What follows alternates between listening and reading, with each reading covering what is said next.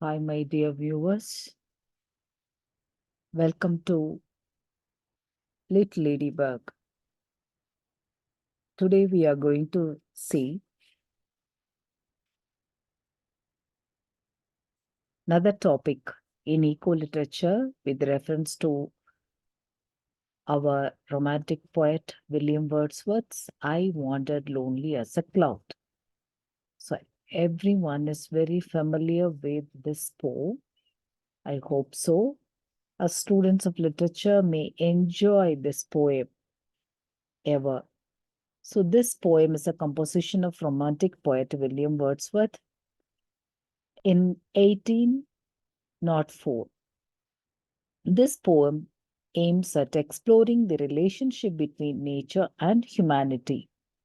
It focuses on the aspect that nature and humanity are interdependent. A strong bond with nature is the key to human happiness. So, this is the first stanza of the poem. I have shown you the flower daffodil. So what is daffodil? So it is a bulbous plant that typically bears bright yellow flowers with a long trumpet shaped. And Wales means a valley. Host, that means a great number of multitude. Flutter, that means quick and irregular motion. That is flutter.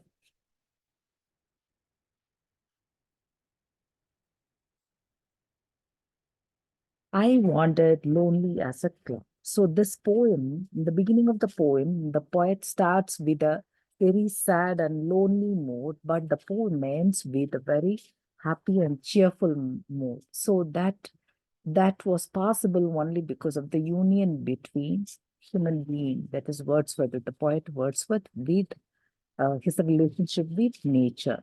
That magic could be brought only through the daffodil, the flowers that we will see. So I wandered lonely as a cloud that floats on high over the vales and hills. So here, the poet walks alone like a solitary cloud in the sky, floating over hills and valleys. So all of a sudden, the speaker, the poet, sees a long and bustling row of daffodils. These daffodils were near the lake. Also, trees flutter and shift as the breeze blows them on. The poet considers the daffodils too stars in the sky. In this way, the poet notes how the flowers seem to go on without end along the side of the bay. And the poet feels that 10,000 or so daffodils, all the heads of the daffodils are moving as if they were dancing. That's why it is mentioned that I saw a crowd. He saw the waves glinting on the bay beside the daffodils. The daffodils seemed more joyful to the speaker than those sparkling waves, and he could not help being cheerful and happy. He rejoiced in the cheerful company of the daffodils. And the poet gazed at the daffodils, being very thoughtful and mesmerized. He could not express the full extent of the positive effects of encountering them. These are the host of golden daffodils. The speaker gazed at the daffodils, being very thoughtful and mesmerized. As this experience with the daffodils, the poet lies on the couch, either absent minded or becoming thoughtful. That was the time the daffodils come back to the poet's imaginative memory, the access to which is a gift of solitude. It fills the poet with joy as his mind begins to dance with daffodils. Here, Wordsworth depicts a sense of togetherness between humanity and nature. This togetherness is partly rendered by his personification of the daffodils. This personification we can notice and observe throughout the poem as he referred that dancing in every stanza. Moreover, the speaker compares himself to a natural element, that is a cloud. The human component of the poem is nature and the natural component of humanity. And the poem suggests that this togetherness is something instinctive. And it is clearly depicted that the beauty of the daffodils had an instant impact on the poet. This is the reason why the speaker gazed and gazed over the daffodils. When the experience came again in the speaker's mind, the poet realized that it is its full significance, the sight, the daffodils, the sight of the daffodils and its significance. In this moment of solitude, the poet concludes on the experience of the solitude as the way to happiness. The daffodils represent natural beauty, happiness, merry, and bliss. This experience of nature and humanity fills the poet's life with blessings and contentment. In the mind of the poet, he is again dancing with the daffodils.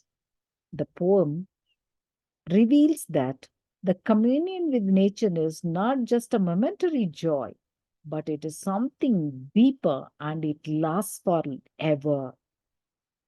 And here, every reader is left with distinct impression that if he or she would have encountered such experience with nature, the speaker would have returned to a genuine feeling of loneliness only hinted at by the title. Each stanza in the poem, the poet makes it clear the reader that the togetherness is not exclusively about daffodils, but rather about the ambience of nature.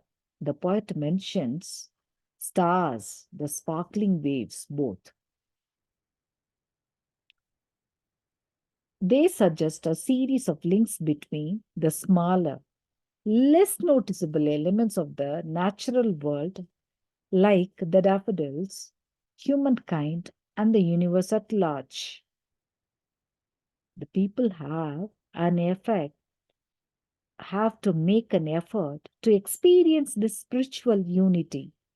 They can do it when they engage themselves with the natural world, as the poet does in this world. The poem is an attempt to make realize people the way to true happiness and joy. It develops the quality of humanity, which leads to the welfare of all. The poem contains a message to engage with nature. It gives people a chance to render their true service on the planet it inhabits. So here you may have come across literary devices such as simile, metaphor, personification, hyperbole, and imagery. Simile, what is simile? The comparison between unlike things you see, like or as. That is, you may notice in the title of the poem itself, I wandered lonely as a cloud. That is simile. Metaphor, that is a comparison between unlike things without like or as. So just you come across a crowd. That is metaphor. Personification, giving non-living things the qualities of living things. That is, I saw a crowd. Crowd. So here, the daffodils, the bed of daffodil flowers are compared with crowd. That is personified. Hyperbole, it is an exaggeration to emphasize his point. Imagery, words create an image. So sensory image in the mind of the readers. So we can imagine the scene of daffodils that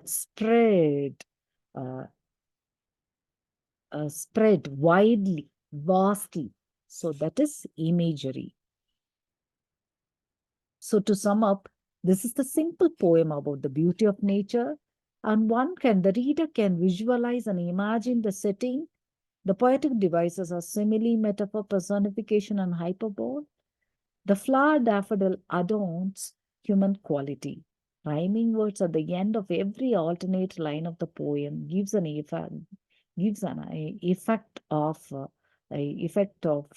rhyme. Okay, rhyme, and the poem is otherwise called daffodil. Thank you so much for watching my video, Lit Ladybug, and I will meet you with another lesson. Thank you so much.